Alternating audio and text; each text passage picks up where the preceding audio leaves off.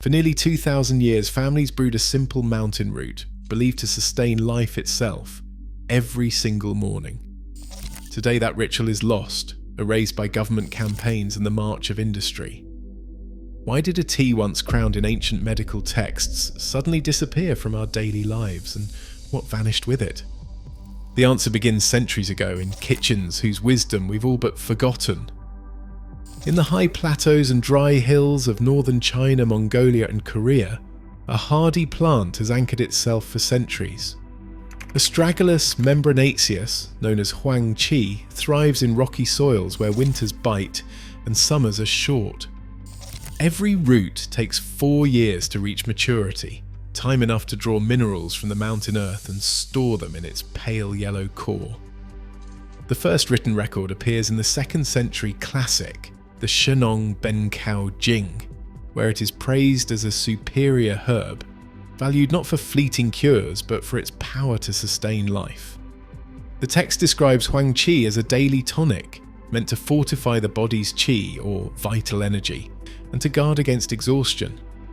Over a millennium later, Li Shiden's Bencao Gangmu, published in 1596, placed Astragalus among the 50 fundamental herbs of traditional Chinese medicine, cementing its status as a household staple.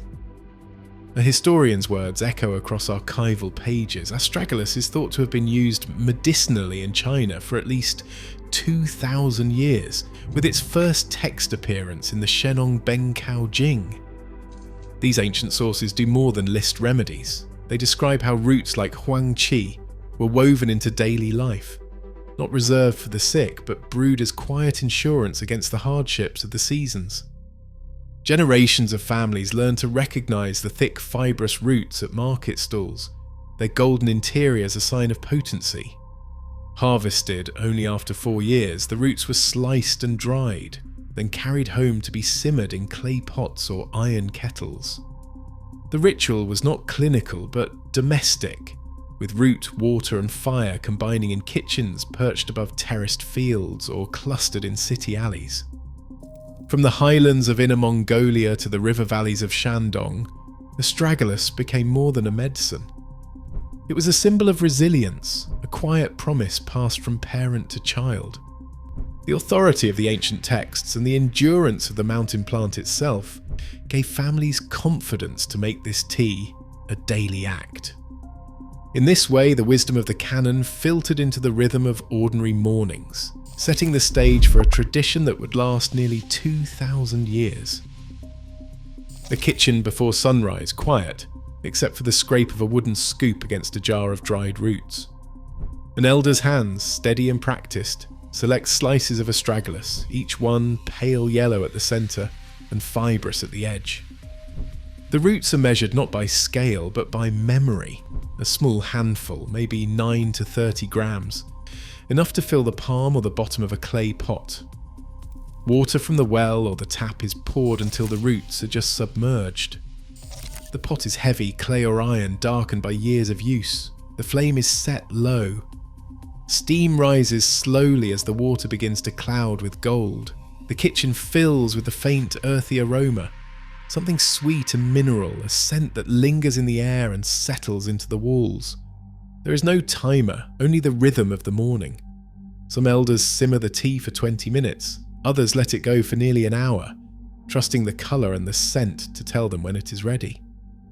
A wooden spoon stirs the pot, lifting a slice to check its softness. The liquid deepens to a warm amber, never boiling hard, just a gentle simmer that draws out the root's strength.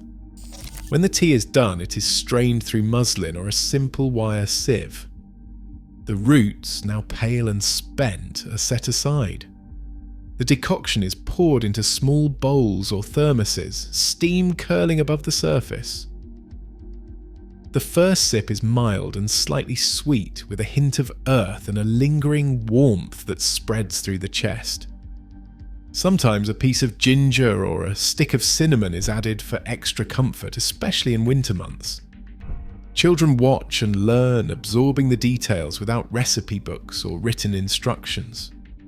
The knowledge is passed hand to hand through repetition and trust. The act is quiet, almost invisible, a daily gesture of care that needs no words. In these kitchens, brewing Astragalus tea is more than a recipe. It is a conversation with the past, a ritual that connects body and memory with each slow, careful movement. Every simmered pot is a promise to protect, to nourish, to remember. In 1952, a new kind of morning ritual swept across China. The government, alarmed by outbreaks of cholera and typhus, launched the Patriotic Health Campaign, a campaign that would reach into every kitchen and courtyard. Propaganda posters appeared on walls, urging families to boil their water, destroy pests, and report fevers to local committees. The message was clear. Health was no longer just a family matter, it was a patriotic duty. The campaign's reach did not stop at city limits. Rural villages, once shaped by the slow rhythm of herbal brews and home remedies, found themselves at the centre of a public health mobilisation. Barefoot doctors, young men and women trained in basic medicine, travelled from house to house carrying vaccines and thermometers instead of roots and clay pots. Their uniforms and armbands became symbols of a new authority, one that prized injections and disinfectants over the quiet simmering of tonic teas. By the late 1950s, the Four Pests campaign added another layer. Mass rallies called on everyone from school children to elders to hunt down rats, flies, mosquitoes and sparrows. Hygiene became a matter of national defence, reinforced by posters showing women and children smashing pests with sticks and brooms. The old rituals, brewing Astragalus at dawn and trusting in the wisdom of elders, were recast as superstitions quietly nudged aside by the state's vision of progress. Household agency faded as new routines took hold. The barefoot doctor, once a neighbour, now stood as an agent of the state, bringing standardised care and a checklist of do's and don'ts. The flame beneath the teapot cooled, replaced by thermoses of boiled water and the steady march of state-approved medicine.